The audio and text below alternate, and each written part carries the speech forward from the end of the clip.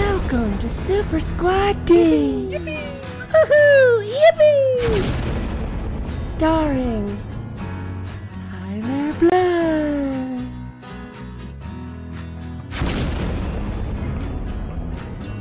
Yosef Carvin,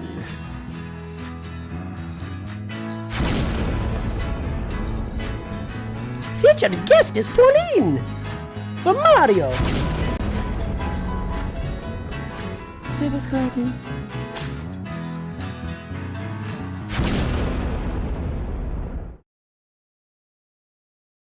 All right, we are live. There we go. Everything should be up and going now. That over there, sitting next to me right here, is one of the two Property Brothers. Don't know which one, doesn't matter which one.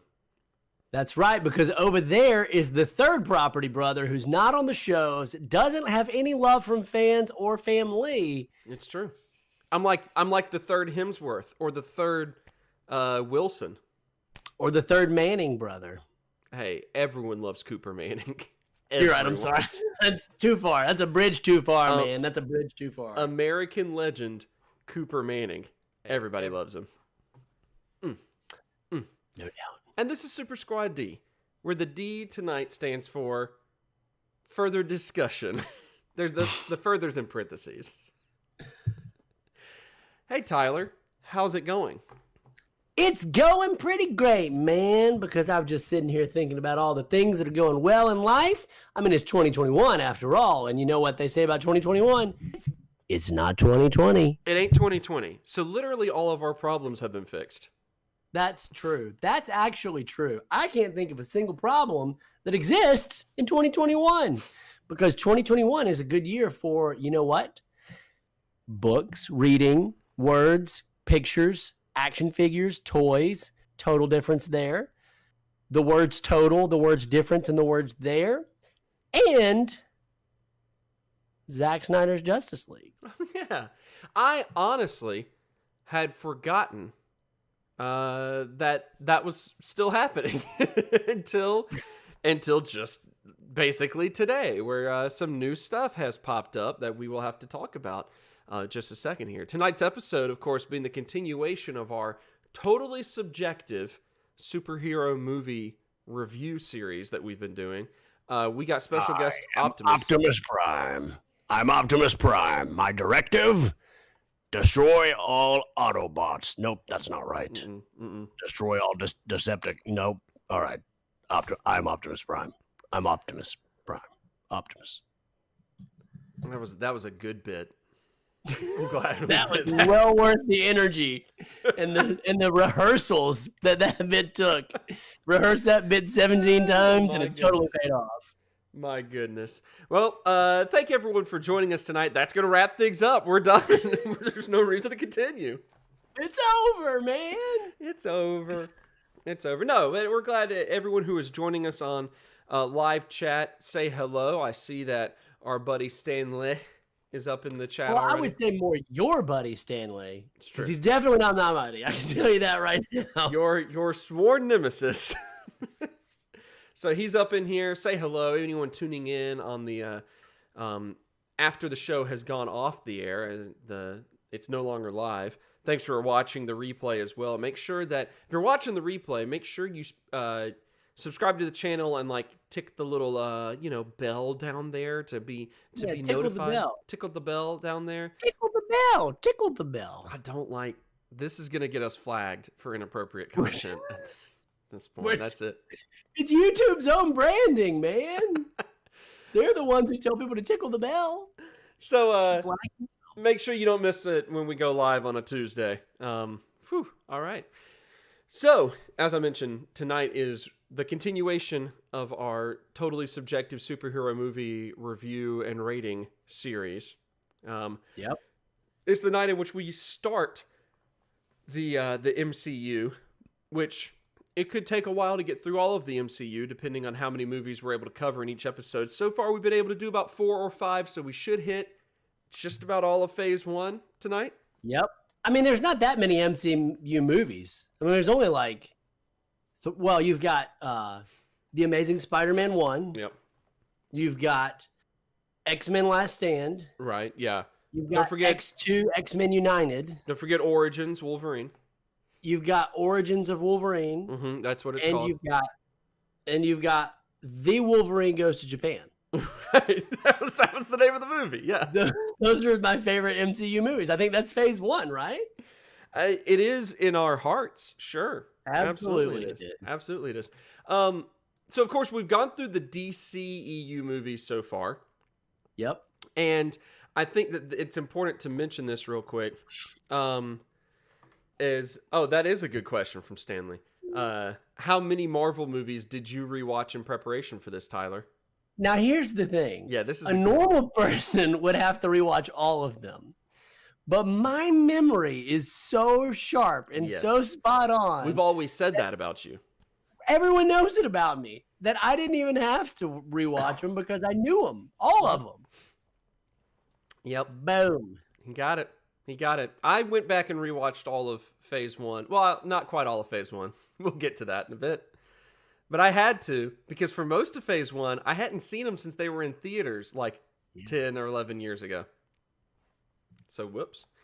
Whoopsie. But we did finish the DC movies, and that does bring to light a little bit of nerd news that we need to discuss here, especially because you mentioned the Snyder Cut coming out here. The Snyder Cut. Tyler, you wanna prep the segue here so our production team can get ready to show the nerd news? Well, the Snyder Cut, as people know, has been in long demand, and there's a lot of reasons that people wanted the Snyder Cut. I mean, some people said it was because they wanted to see Superman in the black costume. Some people felt like Zack Snyder's true vision got cut in the film.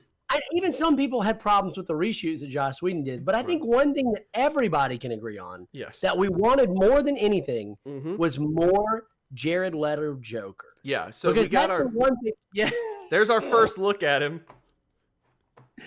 We got our first look of the Jared Leto Joker, which is what everybody wanted from the Snyder Cut. And I'd say that Jared Leto Joker looks like a picture of Jared Leto trying to be the Joker in some fashion, or alternatively, The Ring. Yeah. So this was posted in one of the Facebook groups that we are mutual members of, that most of the people that show up in our chats are also mutual members of. And I made the comment in there because it was the first time I'd actually seen it today. Yeah. It also happened to be the first time I logged into Facebook in like a month. I realized there were so many notifications and I didn't care about a single one of them. So many. Yeah. But I was like, there's some messages I ought to reply to. I feel bad. But they posted it and I made the comment. I was like, oh yeah, the girl from The Ring is all grown up. How nice. Look at that. There it is. She's so angry. She's the angry elf. Look So at that. Look at how mad he looks. Like Joker's supposed to be. Is he supposed to be mad? I don't know. This is really confusing me. Omar Reyes in the chat. Omar Reyes says he was hoping for Nick Cage. That's the Snyder Cut that we all wanted. Nick Cage is Superman. Just the Nick Cage Superman. In case you forgot, this is what Nick Cage Superman looked like. The failed Nick Cage Superman. No, that was like in the late 80s maybe. They were going to make, or early 90s, they were going to make the Superman movie and cast Nick Cage in it. And he had long hair and it was over the top. I love it.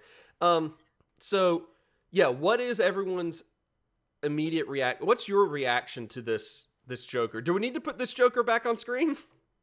Yeah, I think we need to put it back on stream because Stan has a good question. He says he wonders how much the tattoo removal cost on the Joker. And so he's much less damaged here. Much less damaged. Yeah, it's way less damaged. So I don't know. I saw this and thought it must be like a pre. Look at that face, dude. I didn't mind the first photo. It's like, I guess they're going for almost horror movies look like Joker, whatever. But I didn't. I don't even seeing this one up close, I'm like, is he a juggalo? Is he an ICP fan? It's very confusing. I think, I thought this was going to be like a prequel because he didn't have the tattoos, like a shot before. But now that I think about it, it's probably after. Yeah, I don't know, man. Maybe there's a supervillain in Arkham who's locked up and like his only power is tattoos. So he can either put tattoos on you or remove them. And so Joker's just like, He's like, Put him on. Put him on. Put him on up there. No, you know what? Take it off. Batman doesn't like my tattoos!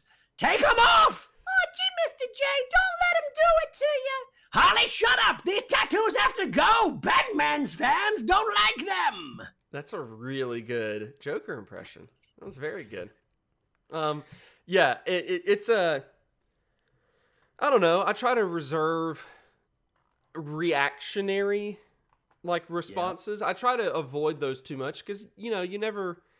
Really, you can have a gut reaction. That's not true. I've seen your reaction to Thor Ragnarok's trailer, and that was the most intense reaction I have ever seen to any trailer. It's about 3 years old, but you guys should totally look Joseph's reaction to Thor Ragnarok trailer. It's amazing. It really is the greatest reaction video I've ever seen in my life. So good. Yeah, it makes me think it has something to do with Arkham, exactly what Omar's saying, and Stanley says that's a real I gotta go poop expression.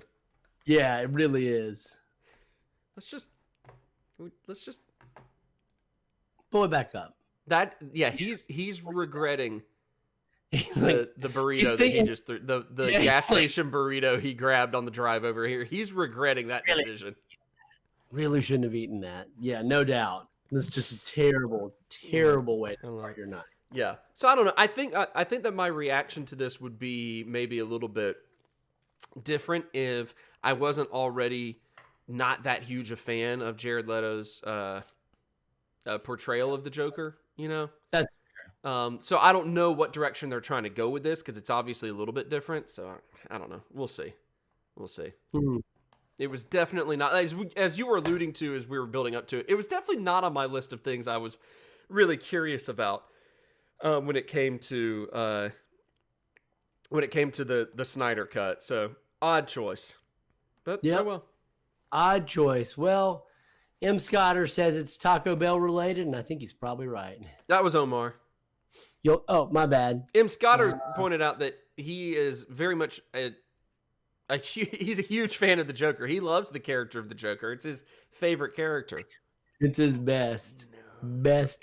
Hey, Hayden's here. What's up, Hayden?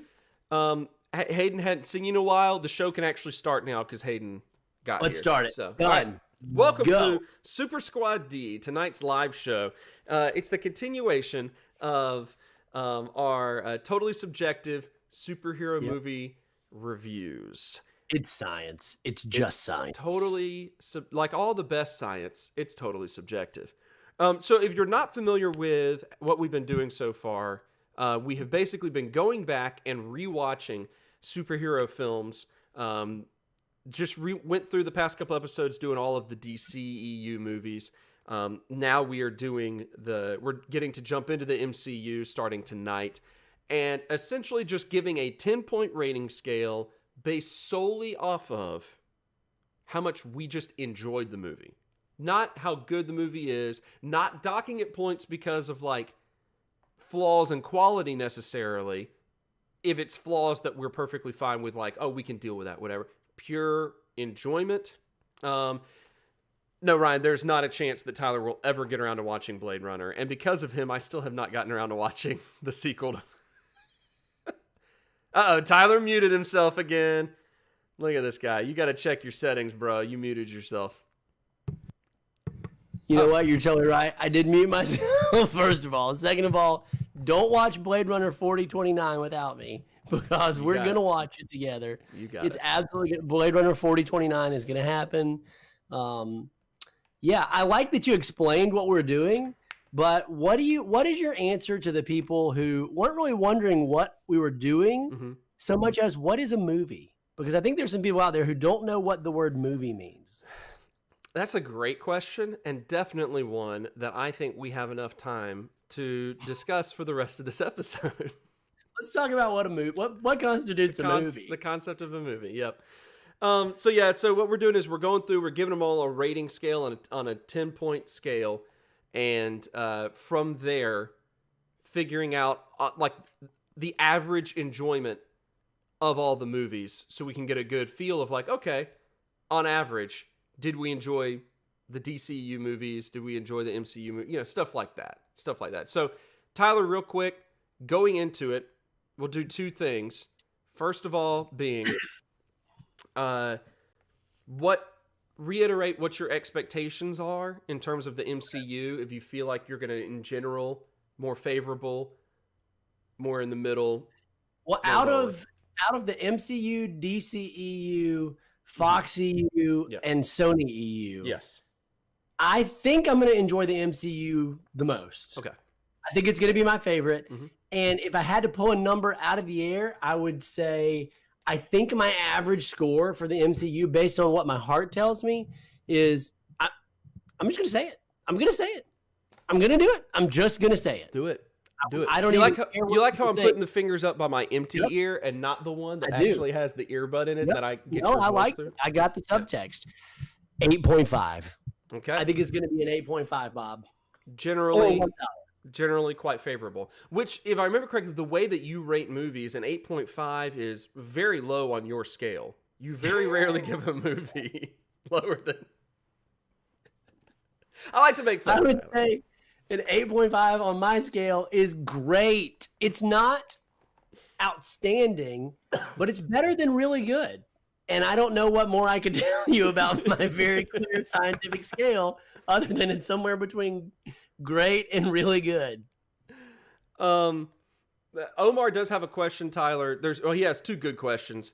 Okay. One of them, I don't necessarily want to jump into, like, giving what our favorite MCU movie of all of them is, unless you just feel like that's something to say right off the bat. I'm good with, like, we let that one sit. Yeah, we'll let that one sit, but I will say he does make a good point in his question where he says that his favorite movie is one which he can go to at any point in the film and love it. And I do think that makes for a really standout movie, where a movie that I would say for me is a 10 out of 10 has to be something that you could literally just hit the fast forward button and then play, and wherever it plays, it's going to be good. Yeah. A 10 out of 10 for the way I looked at it was, if a movie's a 9 out of 10, it's it's on, I'll go ahead and watch the rest of it. Like, it's good. And a 10 out of 10 is, I got nothing else going on. I'm going to sit down and watch this movie, and I'm going to pull it up specifically to rewatch it. And I'll go ahead and let you know, I don't think any superhero film is a 10 out of 10 for me. But that's just because there's very few movies that are going to be a 10 out of 10 for me. And pretty much all of them are Elektra. You know what? That's fair, because that's definitely not a superhero movie, and it is a 10 out of 10, so I can't argue with the science behind that comment. Exactly. All right, so if we get into it here, the first one up that we've got is the original that came out in 2008, which is crazy to think about this being in 2008. I was still in college. This was before Disney bought Marvel. That's how long ago this was. Yes. So oh man, I had forgotten that. So this is like the first Marvel Studios film. Yep. But this is really before they had really laid the foundation for, like, actually trying to do a cinematic universe that will eventually tie in, Yeah. And you can tell that in this film, like, there's some stuff in this film that would never be in the Disney era of Marvel films. Like, even to the point where, like, Tony Stark was sleeping with somebody. There's, like, a woman that he's sleeping with who's, like, a hotel reporter or something. Yeah. In this first one. Yeah. Yeah, and it's just, there's some things that there's some dialogue that you're like, well, that's not really the Disney way. Right. That's not really the Disney way. And you can tell it's pre-Disney. So this is the one that started things off. Because it was not built into any sort of universe, they had the luxury of just saying, we have to make this a just good movie, because otherwise we'll never be able to make any others. Right, yeah. So, and this was in an era where the rights to all their big hitters in terms of superheroes were taken up by other studios. Like, they pretty much just had the rights to the Avengers. And even then, as we'll talk about more in a minute, the rights to the Hulk were still questionable. Yeah, absolutely. And it's like, all these characters were all like B-list heroes in comics. Like Iron Man, I mean, people are going to hate, they probably disagree with me, but like, Iron Man I've always found to be a boring hero in the comics. I've never really enjoyed his comics all that much. And even though he was a recognizable name in comics, in terms of overall pop culture, he was not a character that had like immense recognition, like Spider-Man, Batman, Superman, Right. even Wolverine. Yeah, yeah. There was a Most lot of of the characters. X-Men. Yeah, that had a lot more For recognition than for him. sure. So. So, all right. So let's get into actual. What do you think the Rotten Tomatoes consensus on the first Iron Man movie is? I think this movie blew people away. I think it's going to be a 93 on Rotten Tomatoes. All right, and survey says 94 and 91. Wow, that was so close. Yeah. What a guess. Look at that. Yeah, generally well received. Obviously in general, well done. And Omar already pointed out that, it being Stanley's got to leave. The time difference is brutal on you, my man. Early, Stan. Jeez. Yeah, real early. It's only 3 a.m. But it does kind of start things off with Jon Favreau, who at the time the movie came out, I didn't care much for Jon Favreau's style. Now, especially because of the movie Chef and Chef's Show and the fact that he introduced me to Roy Choi, who I'm obsessed with. If you haven't seen any of those, get on Netflix and do that. I love Jon Favreau, and I can appreciate his style. Do it. So, yeah. All right, your rating, though, Tyler. My rating is a straight 9 out of 10, man. I love this film. I heard Kevin Smith, I believe it was, once talk about this film, and he talked about, as a director, all the different movies he would go back and he's thought like, oh, I could add this to a film, or, oh, I would change this. But one of the movies he talked about that's just a perfect film is this one. It was either Kevin Smith or James Gunn. I don't remember who. It was one of the big directors. Yeah, I think it was Kevin Smith, because I think you sent me a link. Okay. I feel like it was Kevin Smith who said it. Maybe not. Okay. So yeah, Kevin Smith, and I think he's absolutely right. When you rewatch this film, which I'm told you did, and is that there's really no scenes that you would be like, ooh, why don't we just strip this out? Or what do we replace these characters or change up the dialogue? It's just so extremely well done. Yeah, I didn't actually rewatch this one in the past couple of weeks.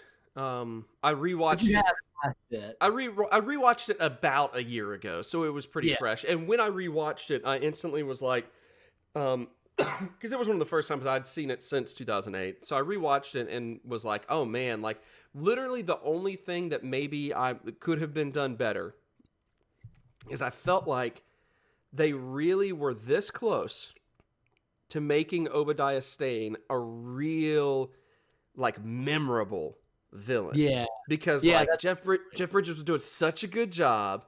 Yeah. And they were making him so like intimidating and like, honestly kind of creepy, and really tapping into like how helpless Tony was like around him, all that. And it was just like a little bit more of that probably would have made it so like it was a relatively flawless film. I think the only thing we can say then at this point is release the Favreau cut. Exactly.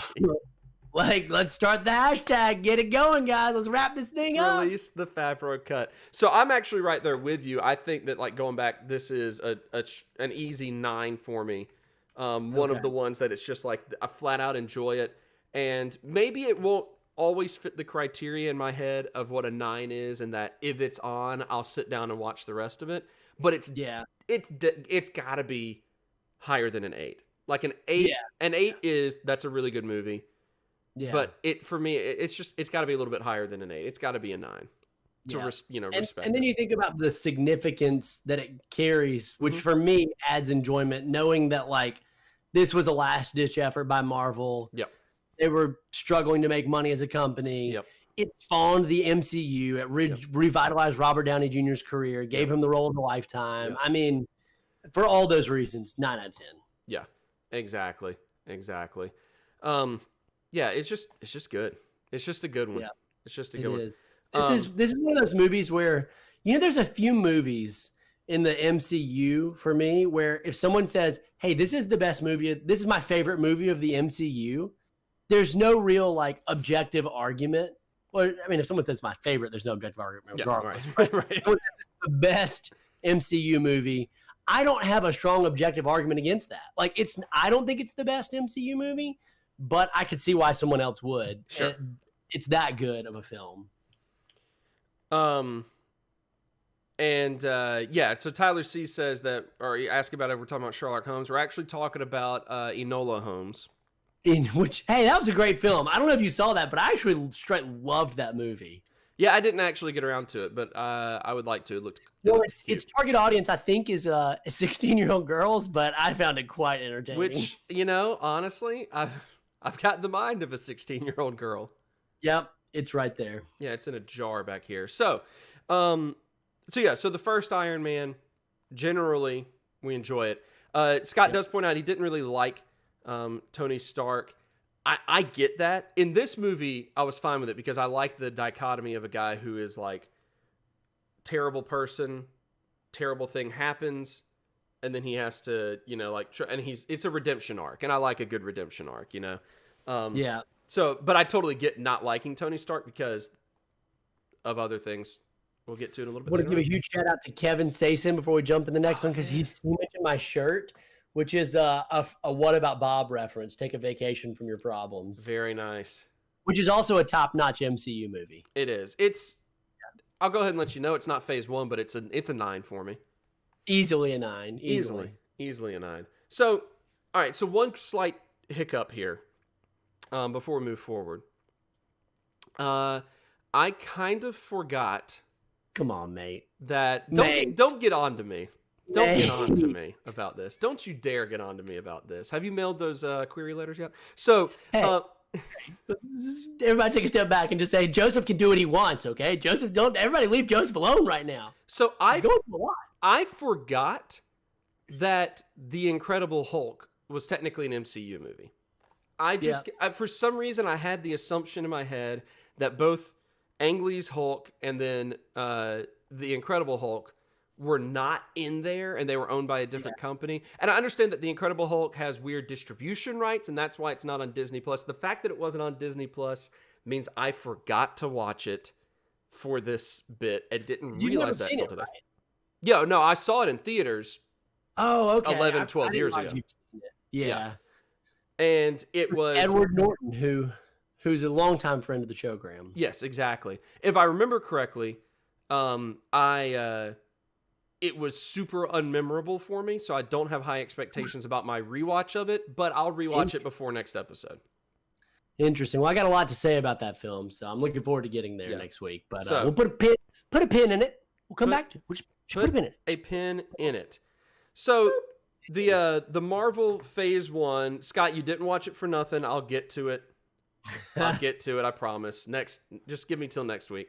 So Marvel Phase 1, for tonight at least, will be Iron Man, Iron Man 2, Thor, Captain America, First Avenger, and then Avengers. Those are the 5 we'll kind of try to cover all of that. So, yep. So because of that, we're going to temporarily skip The Incredible Hulk and jump over to Iron Man 2, which came out 2010. Iron Man 2. That was what that was the major line that Rhodey said. That was the theme, dude. Ozzy Osbourne wrote it for the film. Yep. So we've got so Iron Man 2 is the second one we'll talk about. I think Iron Man 2, Thor, and Cap are all movies that I had not seen since theaters. Wow. So for all of these movies, it had been about a decade. That's a long time. Yeah.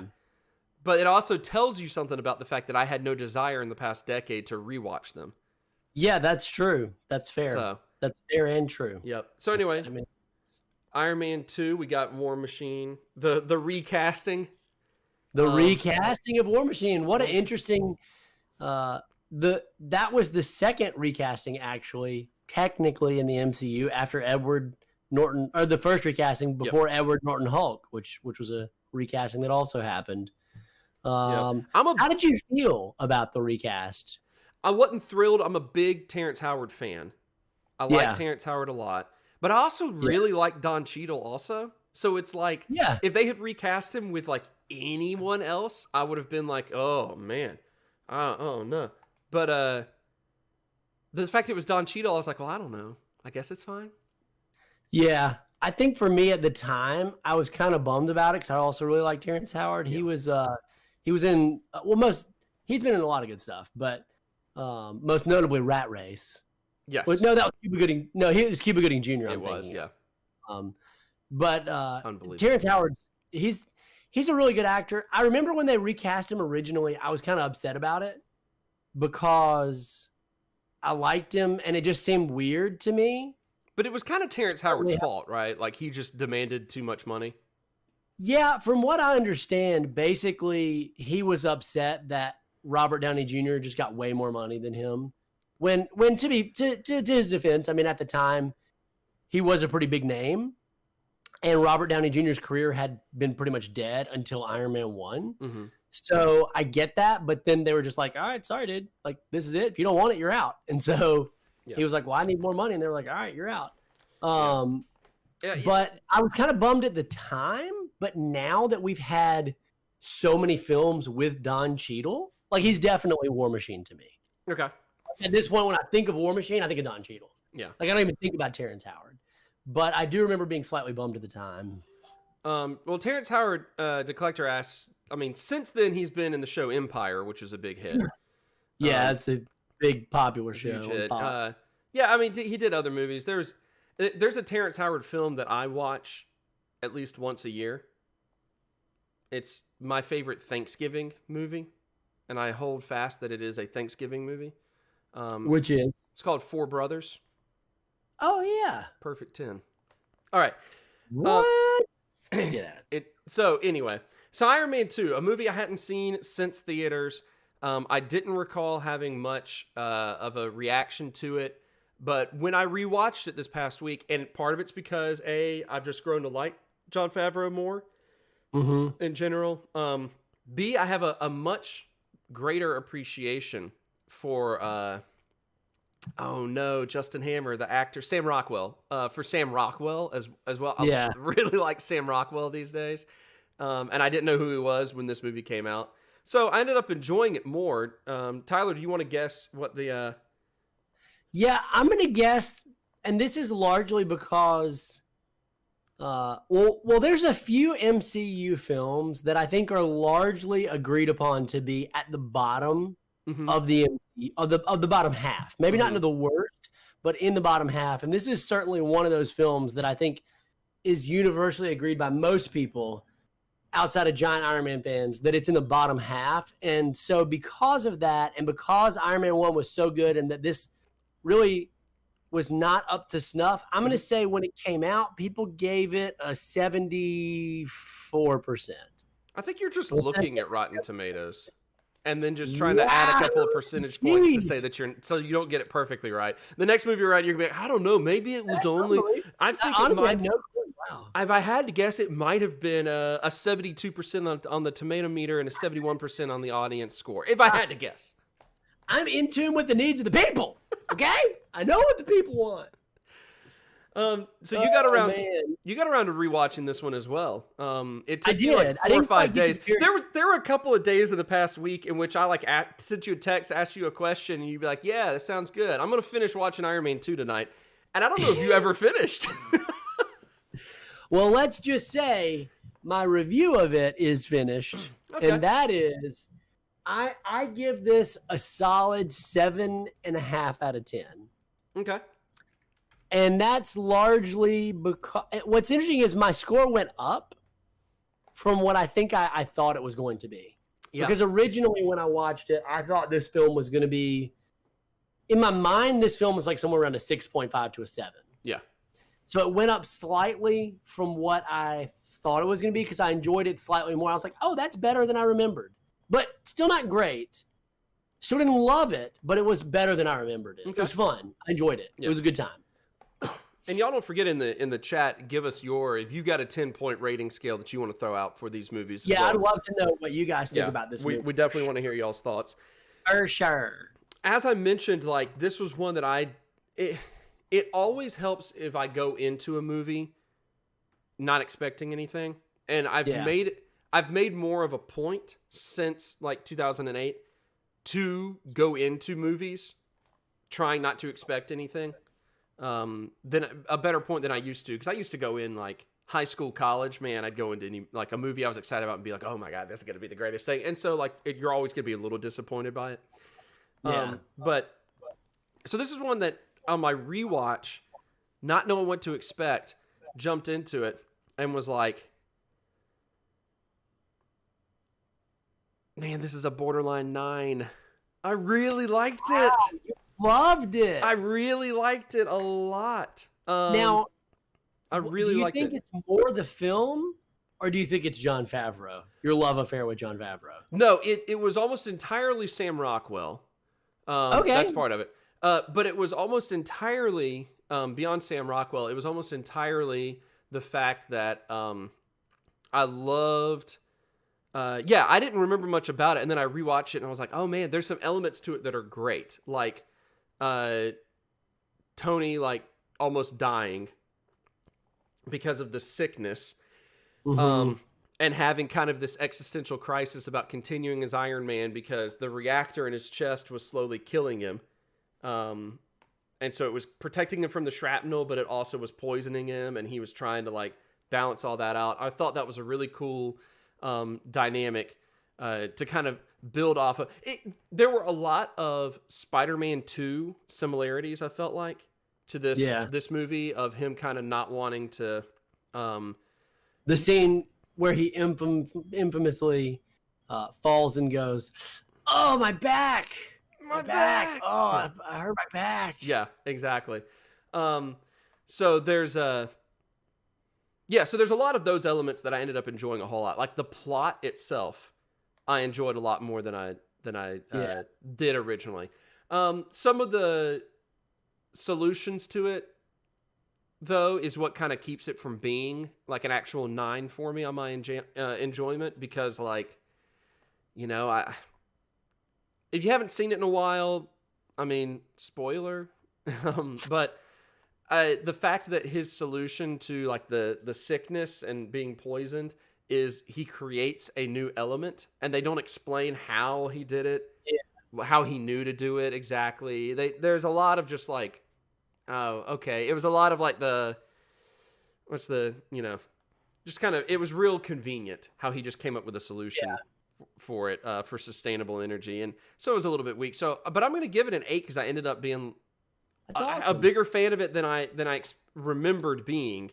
And I know that's not a super popular opinion, but I think a lot of that's because, like, I think that they did a lot of things surprisingly well, but because there were enough elements to it, like, you know, the end of it is too similar to the end of Iron Man 1, in which it's, oh, the villain just built another suit. Yeah. You know, stuff like that. Whiplash was the fighting antagonist in 2. Justin Hammer, played by Sam Rockwell, was the big bad guy. The like secondary antagonist who was more compelling.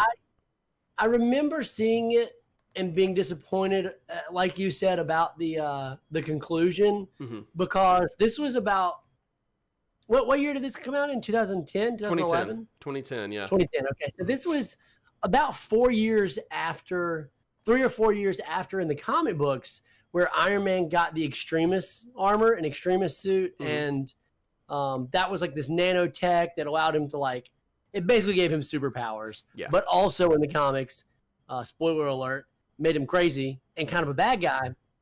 And I thought this would have been a great opportunity at the end of this film for him to solve the problem of the sickness with the Extremis. That makes sense. And that would have been a great setup for the third film, either making him a villain or making him kind of go off the rails.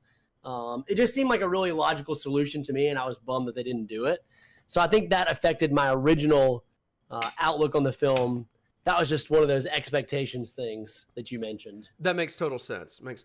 And then you go, this is actually jumping to Hayden's comment, but you go to Iron Man 3, which, Hayden, is where they had the young kid as a sidekick, not Iron Man 2.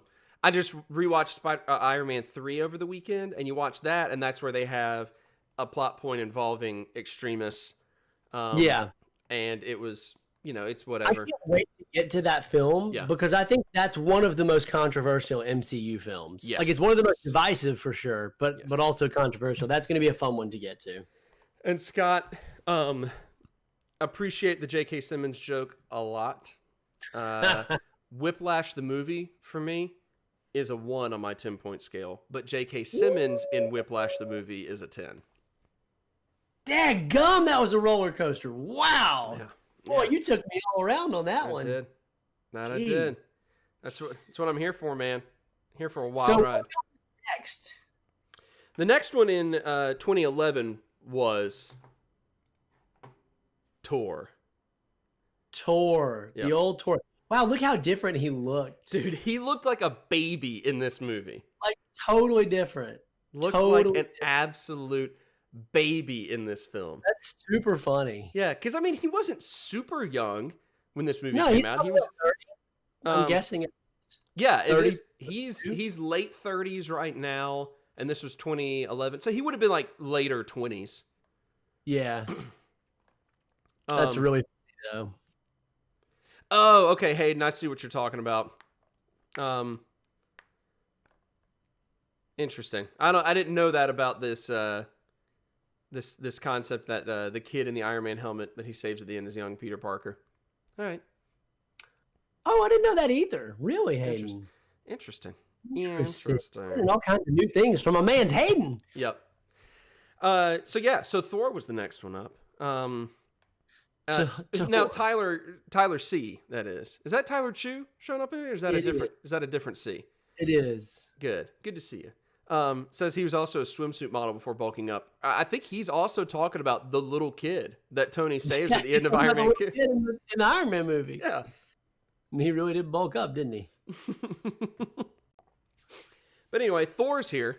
I don't know. Did you have any other closing thoughts on Iron Man 2 before we jump into Thor? No. Okay. No. Thor's here. Our first foray outside of Earth in the MCU. Yeah. I was very excited about this when it came out. Yeah. I just really like cosmic stuff, and this was such a big cosmic film. I had a lot of high expectations, and this was a weird one for me. Did you like the character of Thor more than you liked Iron Man back then, or did you have like a preference? Way more than I liked Iron Man.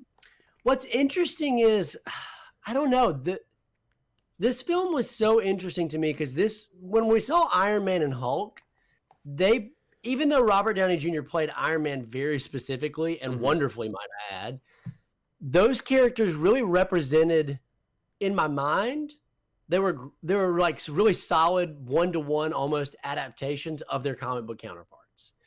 And in Thor, I don't know why, but my expectations for what Thor would look like, how he would act, and what he would do in the Thor film, this movie did not meet any of those. Okay. But it didn't mean that I hated it. And I'll get into it in a second after I give my score. But that sounds good. It didn't mean that I hated it. It was just really interesting because it was the first MCU film to really subvert my expectations. Not necessarily in a great way, but it just that surprised me a bit. All right. Hayden, I Googled it just now. This was after he did Australian Dancing with the Stars. He did Australian Dancing with the Stars in about 2006. So it must have been when he was hilarious. Yeah, when he was like Australian soap opera star, and he did Dancing with the Stars, and then he came over to America for this. I did not know he did Dancing with the Stars. That's really funny. So if you had to guess, what do you think the I'm going to say the audience on this one was, oh golly, this is going to hurt, but I think it's also probably, I mean, I want to say 80, but I know that's too high. So I'm going to go back and say another 70, 71 is going to be the review. Wow, 77 should have gone with my gut, right? Yeah, it's a little higher. That's nice. 77. Okay, I can see it. I can live with it, and I can accept it. But can you agree with it? My own score is a little bit higher, but it's because I really love the character of Thor. Okay. And even though it didn't meet my expectations of this film and Thor itself, a lot of it came from the very flowery language that Thor uses in the comics, the very like Shakespearean. And with the fancy font. With the fancy font. And that's a big part of it. There was no fancy font in this film, and that really bumped it down a few notches. Had there been a fancy font, it would have been an 8.5. Yeah, no question. But one of the things that absolutely shocked me was that they took away when they took away his powers for a large portion of the film. That was a big surprise to me because when I went into the film, I expected to see a bunch of mythical slaying and a lot of like frost giants and other realms and all these cosmic beings. And what we got was actually a pretty grounded story fitting in with the first few MCU movies and Phase One. It was very grounded in our world, which really surprised me. Okay. And so I think that's where it really subverted expectations. It's very interesting to compare this film to Iron Man 3 because the similarities are that they both lose that which makes them the character that people love. And yet I feel like Iron Man 3 was viewed much less favorably than this. Maybe I'm wrong.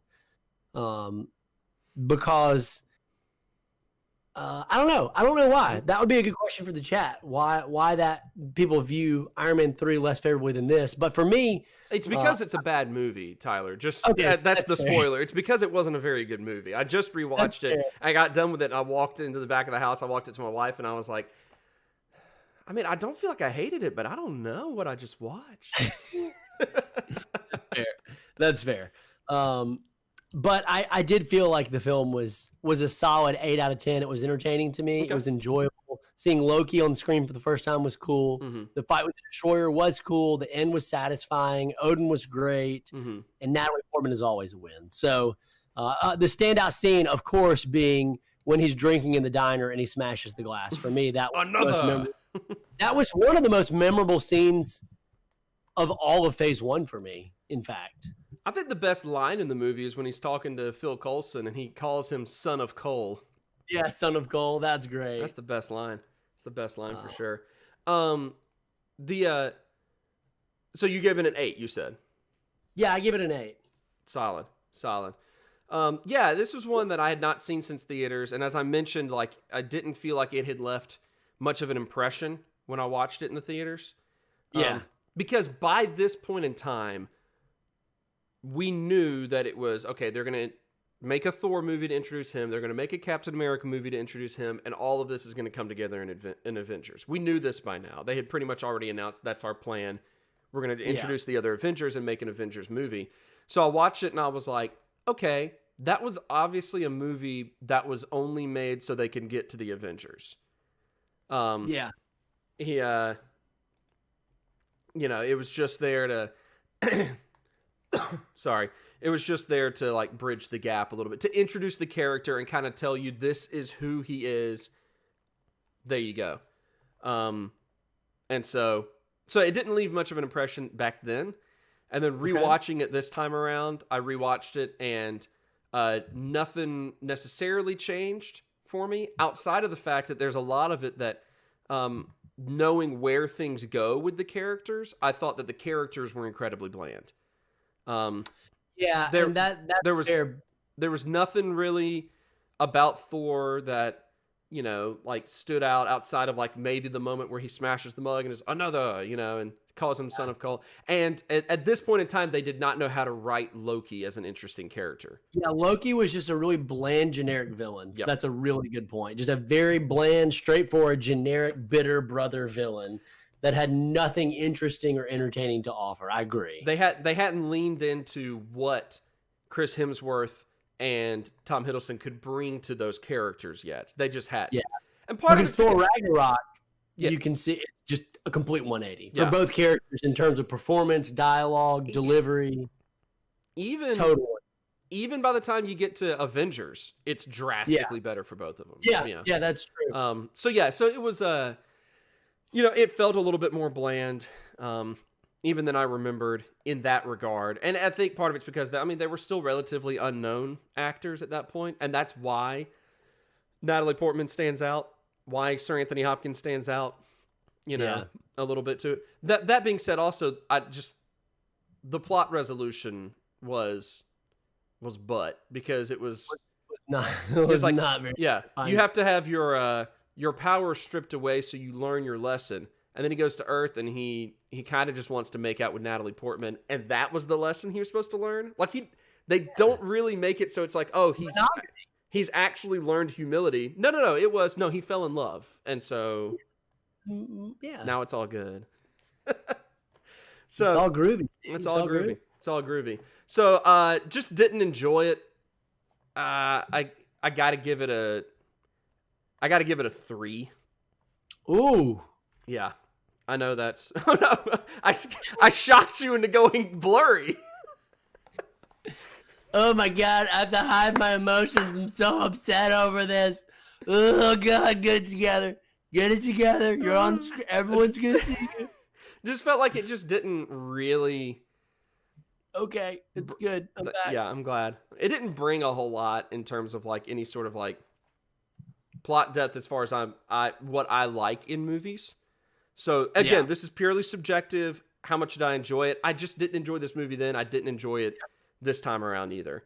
And it was at a point in which I wanted to consider giving it lower than that, but I felt a little bit guilty giving Thor lower than I gave Suicide Squad. Oh, you gave Thor lower than Suicide Squad, then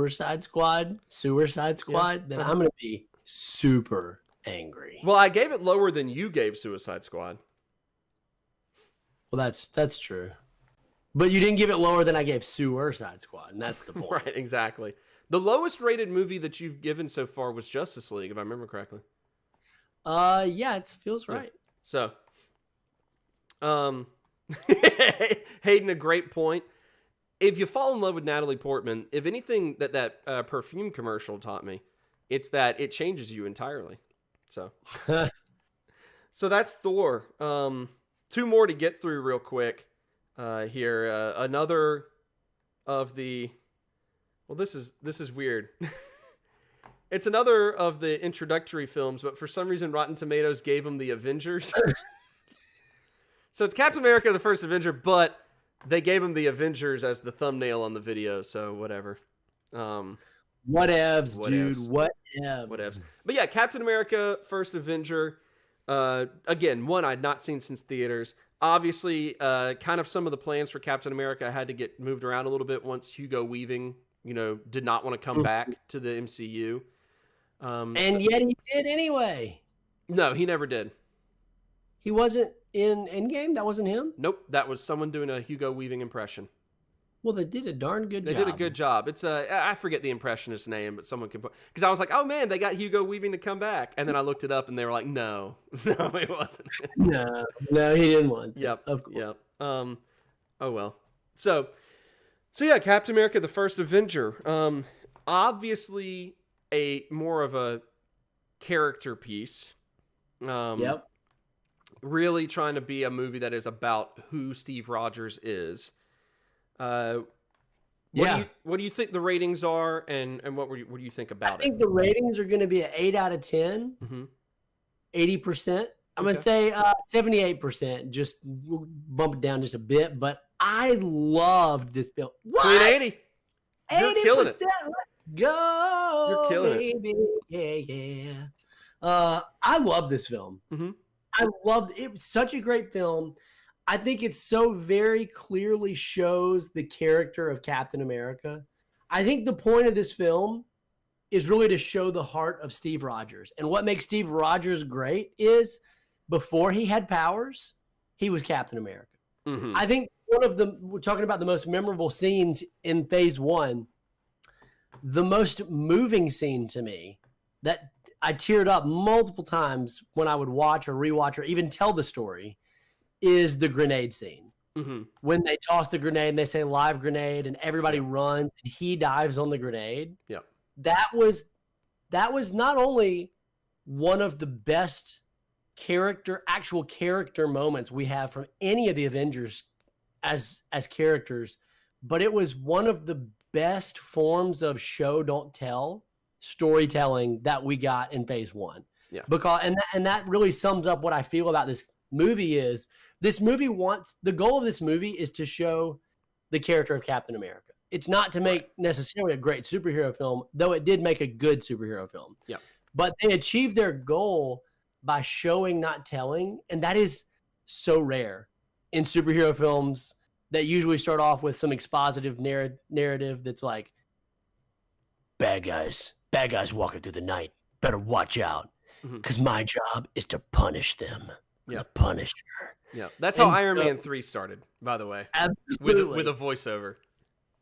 And so I love that scene. I Mhm. loved the way they showed his character. I thought there were some cheesy moments in the film. I loved Peggy Carter. I loved really everything about this film. Honestly, I really loved it. It was my favorite of the MCU Phase 1? Phase One films. Okay. And because of that, I actually give it a 9 out of 10.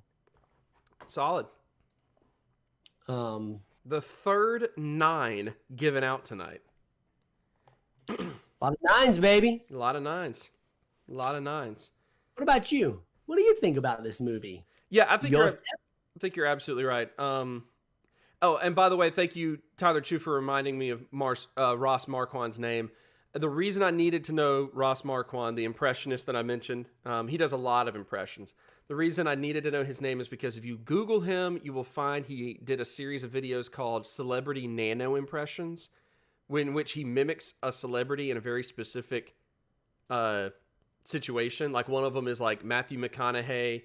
The entire impression is Matthew McConaughey demonstrates the 5-second rule, and it's Ross Marquand, and he picks something up and goes, "Yeah, you're probably fine," and then eats it, and and that's the whole impression. It's a hilarious video series, so it's worth watching. But yeah, this one looking like in the chat generally well received. Yeah. The Collector giving it an 8. Omar's going 8.5 to 9. Scott says up until the plane goes down, it's a 7. Yeah. 7.5 for Tyler Chu. Yeah, it's a great character piece. It really tells you exactly who Steve Rogers is, or shows you. I mean, shows you exactly who Steve Rogers is. Really great. The ultimately for me, the plane is a terrible ending. And at the end of the day, it's like, this is a good way to introduce this character. It's a good way to have, Dum Dum Dugan in it. What's that actor's name? The Howling Commandos were great, dude. Yeah, so great. There's a lot of great elements to it, but once the movie gets done and I look at the movie as a whole, it's like, okay, what story did it tell? And the story it told was like the origins of S.H.I.E.L.D. and Hydra. That's cool. But mostly it was there to introduce us to Cap and tell us who Cap is. So that's good. But because like the rest of it, it's like, okay, the story itself to me is okay.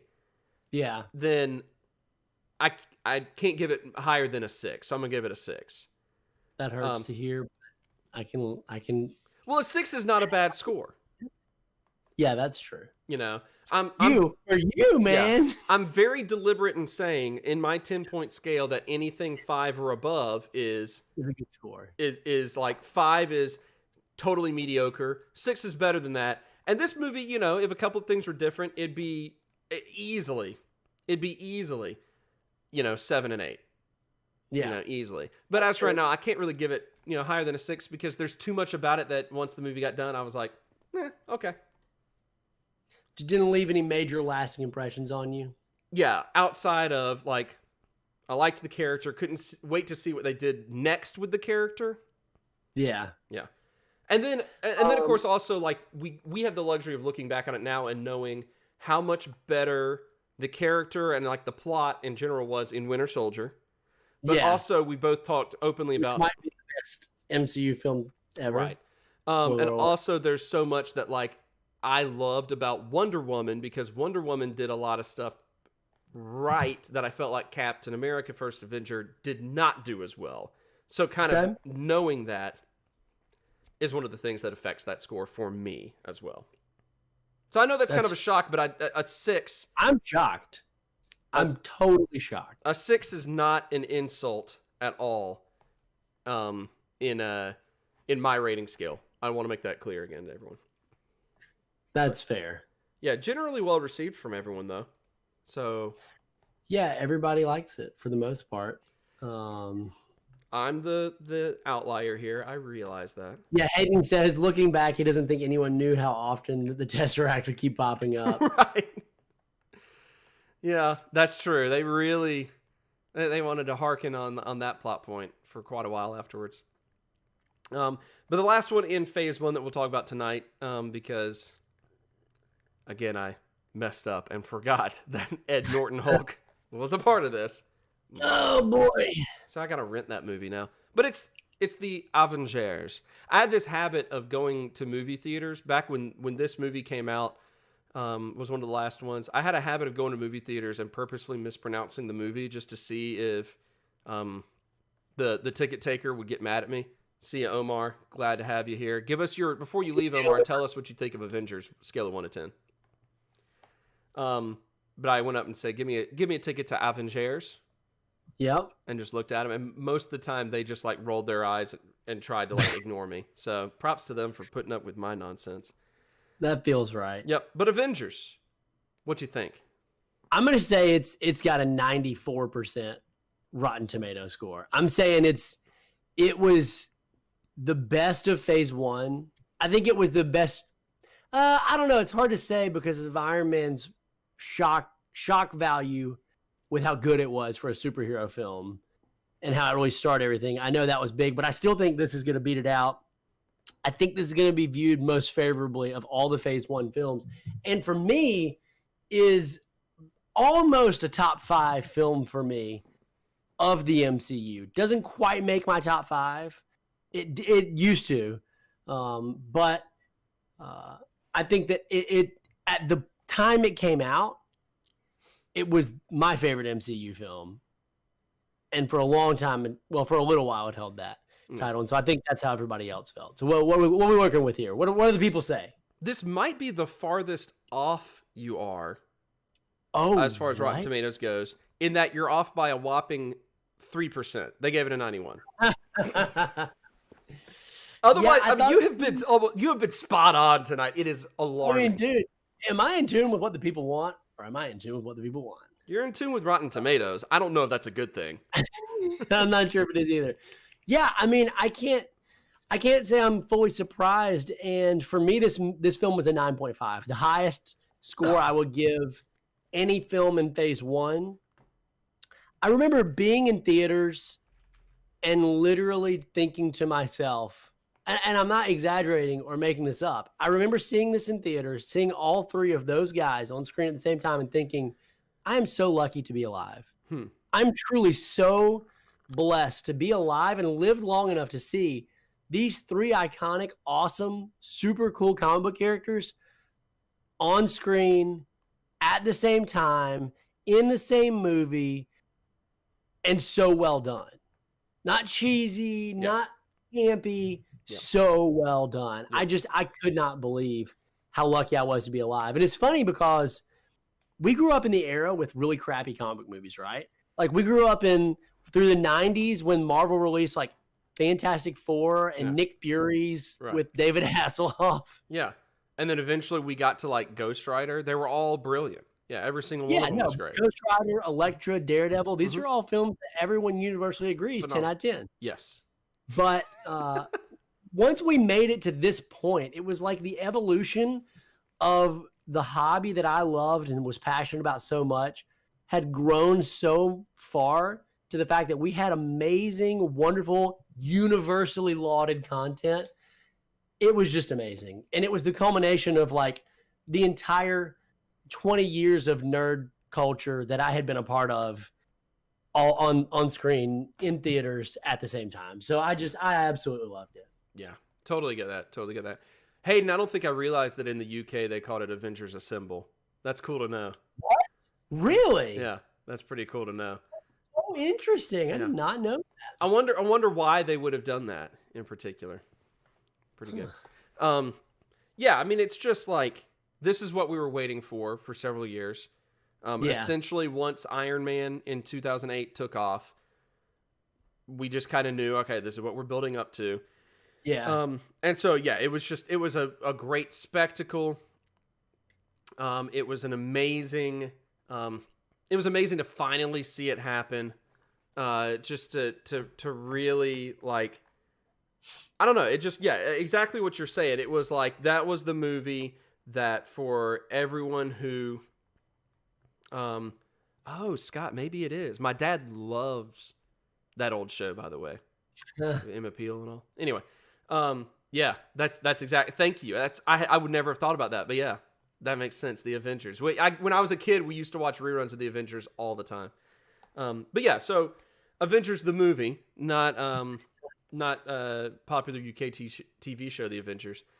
Yeah, I mean, what else can you say about it? It was a culmination of so much that was very deeply satisfying for nerds in general. It was we got to see good, solid, better writing for like Loki and Thor and all of that. We got to see snarky Tony Stark trying to be like the lone wolf pretty well. You got to see all of that stuff. So yeah, real good. If there are any knocks I had about this, it's that we had just seen in Captain America First Avenger really good explanation of who Steve Rogers is. Yeah. And in this rewatch of the Avengers, with that fresh on my mind, I rewatched the Avengers and was like, I feel like they kind of missed the mark a little bit at times with Steve in the way that he would interact with Tony. And I get that he doesn't like that he and Stark, going back to Howard Stark, butted heads on things. So I get he's kind of, but like there were moments in which I was like, that doesn't seem much like a Steve. But that's kind of nitpicking. Yeah. Right there with you, Tyler Chu. That was the Times Square scene. It gives you goosebumps, gives you chills. Just all in all, just solid. It is real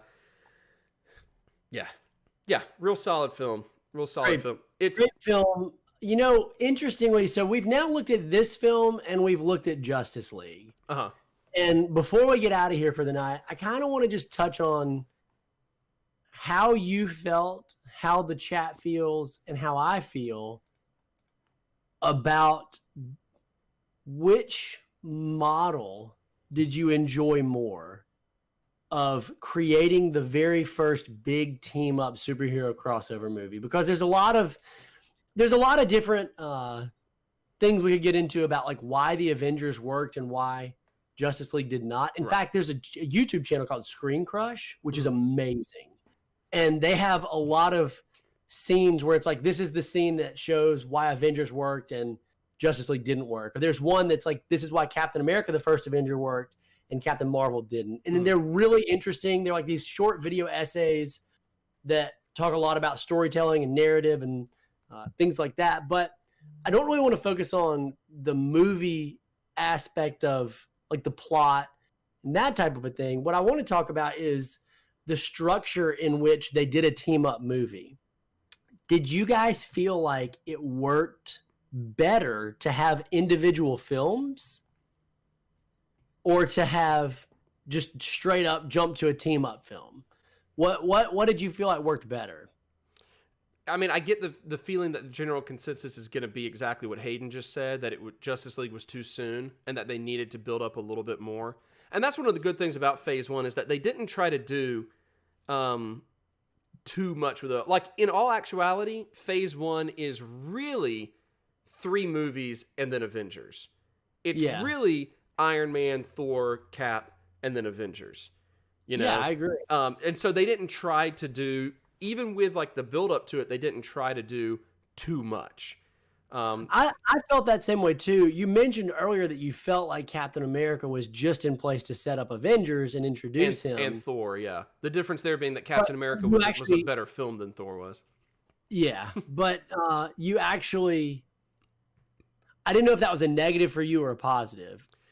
It was a quote unquote negative in that everything that made Iron Man good was that they were not trying to build a universe yet. They were trying to do a good movie and then build on top of that if it was successful. When you got to the point in time which they were releasing Thor and Cap, they knew they had long-term plans. So they didn't have to necessarily make that the movie itself significantly better as a standalone necessarily. That's the only way it would be like a negative in that. I got you. So you like the concept, you just felt like the execution could have been a little stronger. Yeah, like I feel like the movies as standalone, if they were not planning on ever making an Avengers movie and they just made Thor and they just made Cap, then like they would not have been that great. They would had to have done better than what they did. I also but forgot- you still like it better than the DC. Then the approach to Justice League, yes. I gave Justice League a severely like mediocre at best rating, if I remember correctly. Yeah, I gave it a pretty low score too. Tyler Chu brings up a good point. He says you cannot do 5 origin stories in one 2-hour film. Right. I agree, and so does Scott Snyder, which is why we're getting one 5-hour film to do 5 origin stories. Yep. Old Scott Snyder, the guy that we know and love. Scott, friend of the show, longtime friend of the show, Graham here. Long time. All right. Somebody mentioned it. I just need you to guess, Tyler. What? I just need you to guess. I think the Rotten Tomatoes score is going to be 71%. For Elektra? Yeah. Okay. I think so. And the reason I think so is, and here's the truth. Here's the honest truth. And by the way, Hayden, you're absolutely right. A lot of Avengers was character stuff that made the final battle pay off.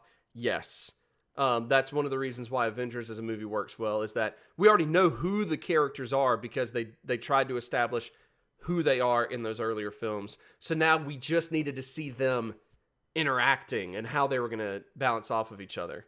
Okay. So here's the honest truth, okay? Okay. I think it's a 71. And this is why I think it's a 71 on Rotten Tomatoes. Because you guys will remember not long ago, Rotten Tomatoes was hacked. They were hacked and people went into the best films and they changed the score because they wanted to show that the masses were wrong about some things. So they went into a lot of films, they changed the score, and Elektra's probably one of those films that got just totally downplayed because it's so universally recognized as the best. I can't say for positive, but from what I remember about when this film came out, the Rotten Tomatoes score was somewhere between a 97 and a 99. Makes sense. But I'm guessing after the hack, they brought it down to probably like a 71 or something. All right. So you're going to go with it being in the 70s. No, you know what? I think the hack was probably even more egregious than that. I'm going to say it may have even been low 60s. Oh, wow. Yeah, Low I think 60s. that those hackers were just awful. They're terrible people that they would do this. It's such a universal absolutely. film. Which, I mean, based off of your personal scale of 1 to 10, low No, 60s. it's 10 out of 10. Absolutely. But based on the way you rate movies, a low 60 is like a negative number. Oh, absolutely. Yeah. A 60 is an F. Yeah, yeah, exactly. All right. Here's what it is. Are you prepared? I'm ready. Yeah.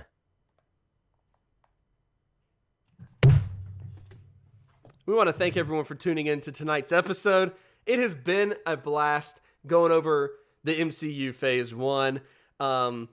It's interesting now, having gone through DCEU, kind of exactly what you were just saying, M. Scotter, but the comparison of DC to MCU Phase 1 is like, it's telling in that if the DCU, like the movies they had made before the DCU, if they were better, maybe the whole thing would have been received better. But that's going to wrap up Phase 1 with an asterisk next to it because I forgot about Incredible Hulk. We'll get to Incredible Hulk and some Phase 2 movies next week. Be sure to join us then.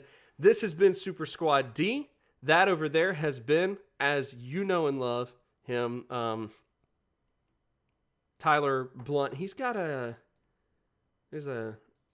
want to grab his camera if I can, because there's a yeah, there it is. There's a blanket in the background, and it's been distracting me this entire time. Odd. All right, that's it. Thanks for joining us on this episode of Super Squad D, where the D stands for didn't stick around the whole time.